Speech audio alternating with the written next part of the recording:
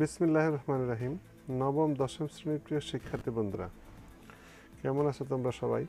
Math tutor BD YouTube চ্যানেলের পক্ষ থেকে তোমাদের সবাইকে স্বাগতম। আজ আমরা আলোচনা করব অনুশীলনী 3.5-এর উদাহরণ 41 নং প্রশ্নের সমাধান নিয়ে। চলো শুরু করা যাক। 41 নম্বর কি আছে আমরা দেখি।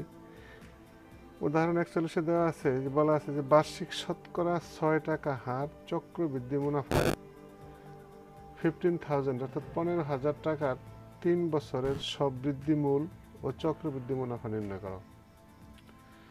কি বলা আছে যে বার্ষিক শতকরা 6 টাকা হার চক্রবৃদ্ধি মুনাফায় 15,000 অর্থাৎ 15,000 টাকার 3 বছরের সবৃদ্ধি মূল ও চক্রবৃদ্ধি মুনাফা নির্ণয় করতে বলা হয়েছে। তো চলো আমরা শুরু করি। তাহলে আমরা লিখবো এখানে যে সমাধান।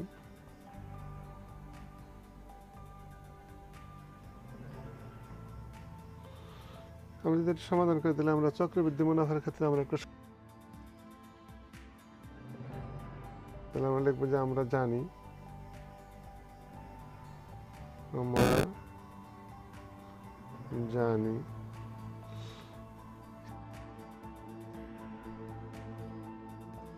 equal to p into 1 plus r whole to the power n। এখানে একটা জিনিস লক্ষণীয়, এখানে সি কি? সি হচ্ছে চক্রবৃদ্ধি ক্ষেত্রে সবৃদ্ধি মূলধন। সবৃদ্ধি মূল হইল আমার কি?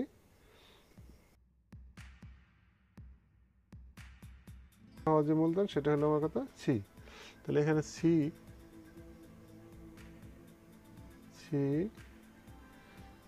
সবৃদ্ধি মূল, চক্রবৃদ্ধির ক্ষেত্রে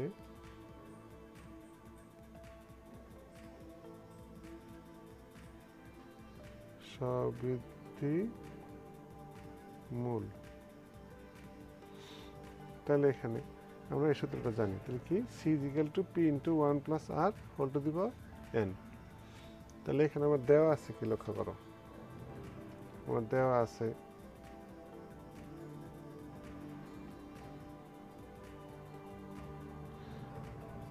পি ইজ ইকুয়াল টু দেওয়া আছে কত আমার? অর্থাৎ মূলধন দেওয়া আছে আমার পি ইজ ইকুয়াল টু দেওয়া আছে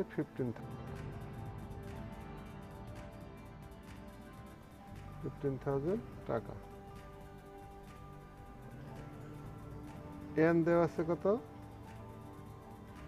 এন দেওয়া আছে আমার 3 বছর অর্থাৎ 3 ইয়ার্স। 3 বছর। আর দেওয়া আছে কত? 6 টাকা শতকরা অর্থাৎ আর যেটা দেওয়া আছে আমার 6%। এটা যদি আমরা এভাবে লিখি তাহলে কি লেখা যায়? 6 ইন্টু পার্সেন্টের বদলে আমরা লিখবো 1/100 ইকুয়াল টু 6/100। তাহলে আমরা এটা এখানে পাইলাম। তাহলে আমরা যদি এখানে এই সূত্র বসাই তাহলে অর্থাৎ সি ইজ ইকুয়াল টু কত? অর্থাৎ সি ইজ ইকুয়াল টু আমরা কি লিখতে পারি যে পি এর বদলে আমরা লিখবো কত? 15,000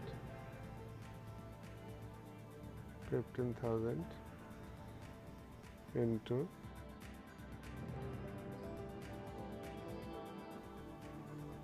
6/100 এন হলো কত? 3। তাহলে আমরা যদি এখানে লিখি, খেয়াল করো,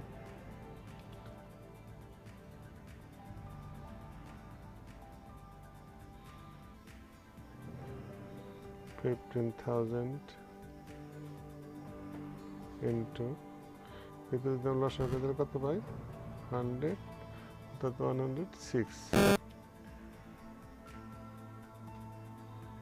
100 প্লাস 6 এর উপরে 3।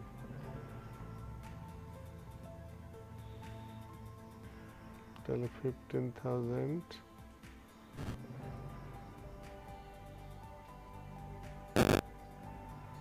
106/100 3। তাহলে এটা যদি আমরা কাটিয়ে উপরে নিচে দিলে কত হয় 53 106 আর হলো 50। তাহলে আমরা লিখতে পারি এখানে যে 15,000 ইন্টু 53/50 3। এখন যদি আমরা এটা এভাবে লিখি, দেখো পাওয়ার 3 মানে কত 3টা এখানে, তাহলে কত হলো 15,000 ইন্টু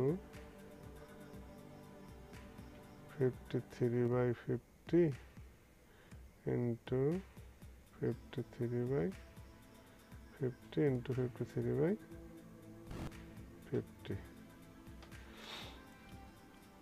1 2 3 1 2 3 কাটি এবং 5 দ্বারা যদি কাটি আমাদের কত হয় 3 5 15।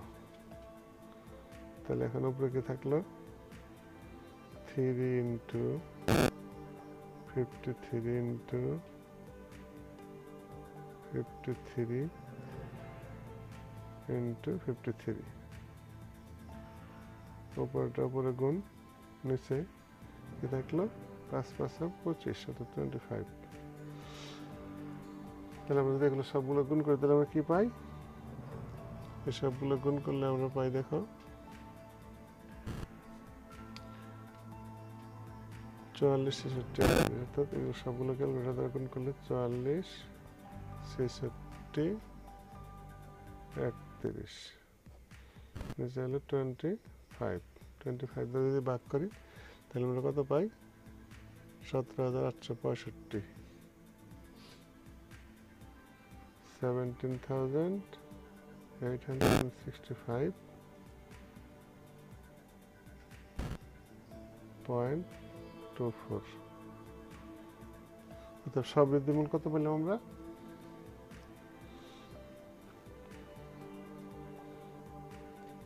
অর্থাৎ আমরা সি ইকুয়াল টু পাইলাম এত।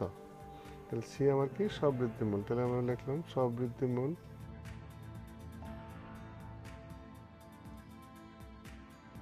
মূল হলো আমার কত 17,865.24 এত টাকা।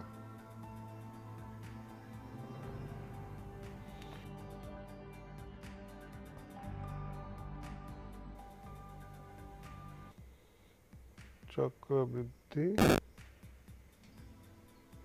মুনাফা equal to 17,865.24 minus 15,000।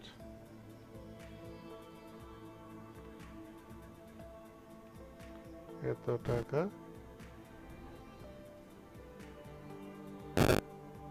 Equal to 2,865.20 টাকা।